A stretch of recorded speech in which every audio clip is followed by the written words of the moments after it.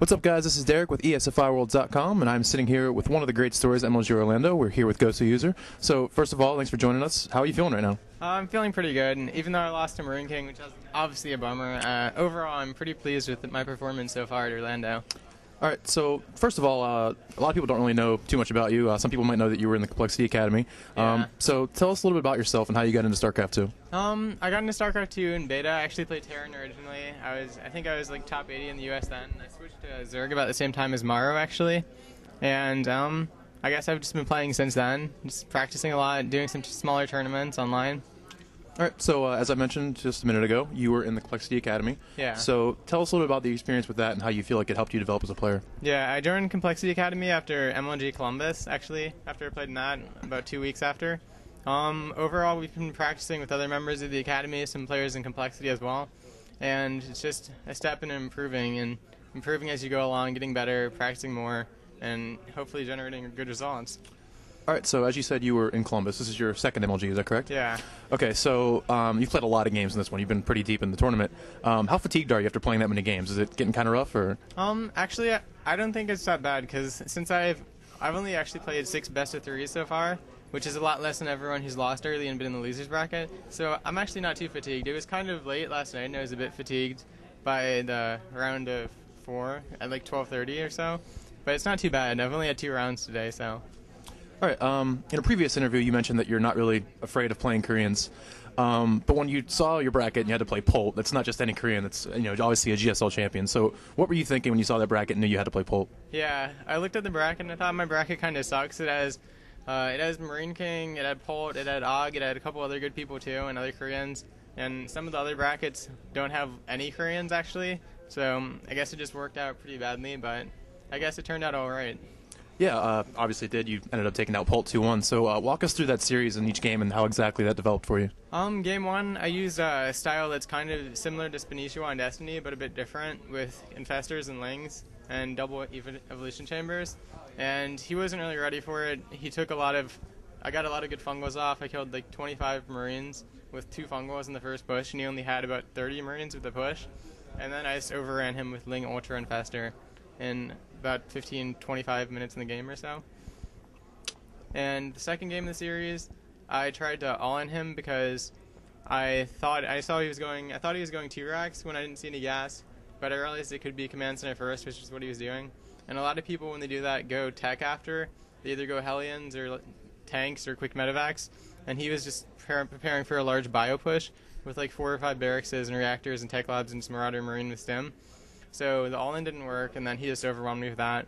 The third game I played the same style as the first game, and he tried to blind counter me by going Marauder Hellion, and it was kind of tense for a couple minutes, but then once I overran the push, I got a good macro advantage and just beat him with Ling Ultra Infestor again. Do you think at least a little bit part of it was that he's not really just familiar with the style whatsoever? Or? I think that's part of it. I think it's part of that he's not familiar with the style, and the hard counter didn't work as well.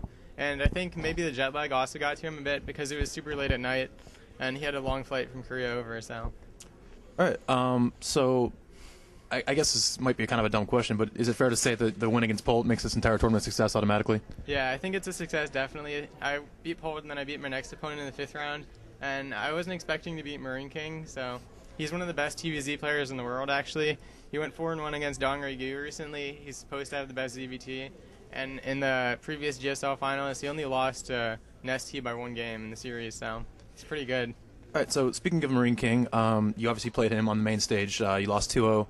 How much do you feel like playing on the main stage for the first time? Obviously a very big stage, streaming in front of thousands of people, as well as thousands of people here in the audience. How much do you think that affected your play? I think it affected my play a lot, kind of. I think my play was affected because MarineKing already knew what styles I was doing. He actually watched me play Polt the other day, and all the Koreans got together, and they get together and talk a lot, so I didn't use the same style at all as I used yesterday. And the first map was Zonaga Caverns, which has an insanely low ZVT win rate, so I don't know. I think my play was affected by that more than the atmosphere, even though being in the main booth makes me kind of nervous with all the cameras and lights, and it's just a different environment.